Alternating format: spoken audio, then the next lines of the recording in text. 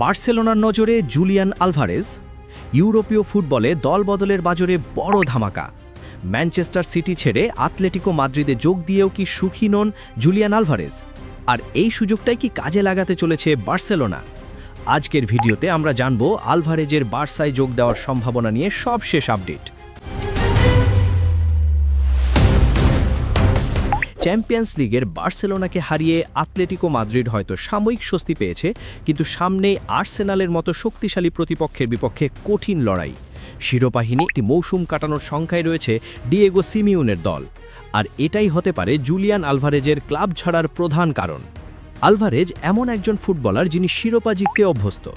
River plate, Manchester city কিংবা Argentina জাতীয় দল সবখানেই তিনি ট্রফি হাতে নিয়েছেন, কিন্তু গত মৌসুম থেকে তার কেরিয়ারে ট্রফির খরা চলছে। স্প্যানিশ সংবাদ মাধ্যম ডায়েরিও স্পোর্টের রিপোর্ট অনুযায়ী আলভারেজ এখন ক্লাব ছাড়ার কথা ভাবছেন এবং এই পরিস্থিতিতে কড়া নজর রাখছে বার্সেলোনা। কেন এই অসন্তোষ?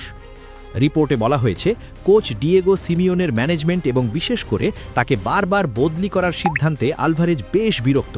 তার মতো একজন উচ্চাকাঙ্ক্ষী খেলোয়াড়ের জন্য এটি মেনে নেওয়া কঠিন হয়ে পড়ছে। বার্সেলোনা কেন এগিয়ে?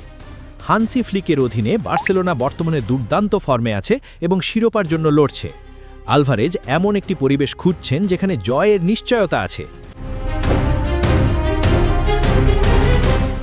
যদি এই মৌসুম শেষে রবার্ট লেভানডস্কি ক্লাব ছাড়েন, তবে বার্সেলোনার জন্য একজন বিশ্বমানের স্ট্রাইকার কেনা বাধ্যতামূলক হয়ে পড়বে, আর সেক্ষেত্রে আলভারেজই তাদের প্রথম পছন্দ। প্রধান বাধা কি?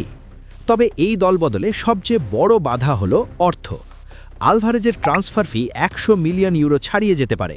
বার্সেলোনার বর্তমান আর্থিক পরিস্থিতিতে এই বিশাল অঙ্ক খরচ করা সহজ হবে না, তবে লেভানডস্কির বিদায় এবং বড় কোনো স্পন্সরশিপ ডিল সফল হলে অসম্ভব কিছুই নয়। মাদ্রিদ ছেড়ে কি কাতালুনিয়ায় পা রাখবেন এই বিশ্বকাপ জয়ী তারকা, নাকি আতলেটিকোতেই থেকে যাবেন? আপনারা কি মনে করেন আলভারেজ কি বার্সার জন্য সঠিক সমাধান? কমেন্টে আমাদের জানান। ফুটবলের সব ইনসাইড নিউজ এবং নিয়মিত আপডেট পেতে সাবস্ক্রাইব করুন স্পোর্টস বাংলা আপডেট। দেখা হচ্ছে পরের ভিডিওতে। ধন্যবাদ।